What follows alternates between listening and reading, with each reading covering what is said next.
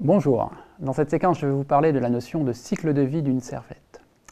Donc une servlette est rappelons-le, est associée à une classe Java. Donc comme toutes les classes Java, la servlette va être créée et détruite.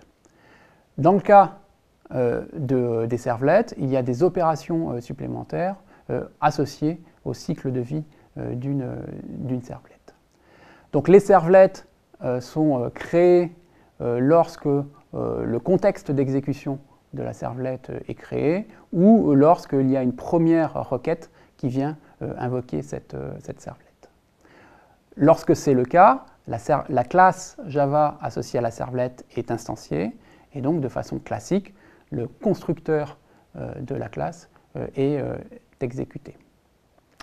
La deuxième méthode qui va être exécutée est une méthode qui a pour nom init et qui va donc permettre d'exécuter un certain nombre d'opérations d'initialisation de la servlette.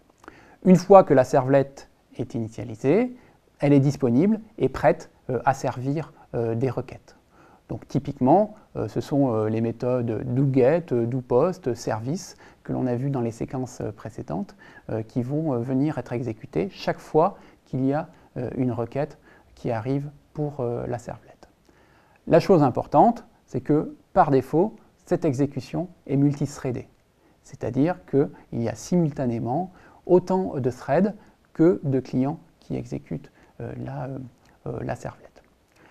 Au bout d'un moment, pour une raison ou une autre, le contexte d'exécution va s'arrêter parce que le serveur Tomcat s'arrête ou parce que le code de la servlette a été mis à jour.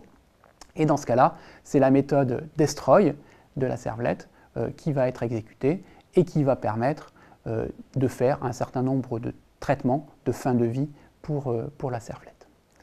Alors le développeur a la possibilité de surcharger les méthodes init et destroy pour fournir le code qui est propre et adapté à la servlette.